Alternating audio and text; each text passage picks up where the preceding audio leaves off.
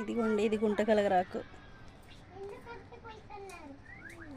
వేపాకు, కరివేపాకు, గోరింటాకు, ఈ నాలుగిటిని కలిపి గ్రైండ్ చేసి మెత్తగా పేస్ట్ లాగా చేసుకొని చక్కగా హెయిర్కి పట్టించేసుకొని ఒక 2-3 అవర్స్ ఆరిపోయిన తర్వాత వాష్ చేసేసుకుంటే మొత్తం హెయిర్ అంతా రిఫ్రెషింగ్ అవుతుంది, హెయిర్ ఫాల్ అవ్వడం తగ్గుద్ది. నేనైతే ట్రై చేశాను, మంచిగా అనిపించింది. అందుకే మళ్ళీ మీకోసం ఏమేం చేస్తున్నానో చూపిద్దామని ఇవన్నీ క్లియర్గా వీడియో తీశాను. మీరు ట్రై చేయండి. ఇందులో నేను కొన్ని మందార పూలు కూడా వేస్తున్నా. మందారాకు ఎందుకంటే హెయిర్కి కండిషనర్ లాగా యూజ్ అవుతుంది.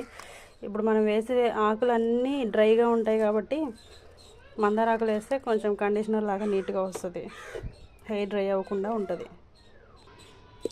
చక్కగా ఇలా గ్రైండ్ చేసుకున్నాను నేనైతే.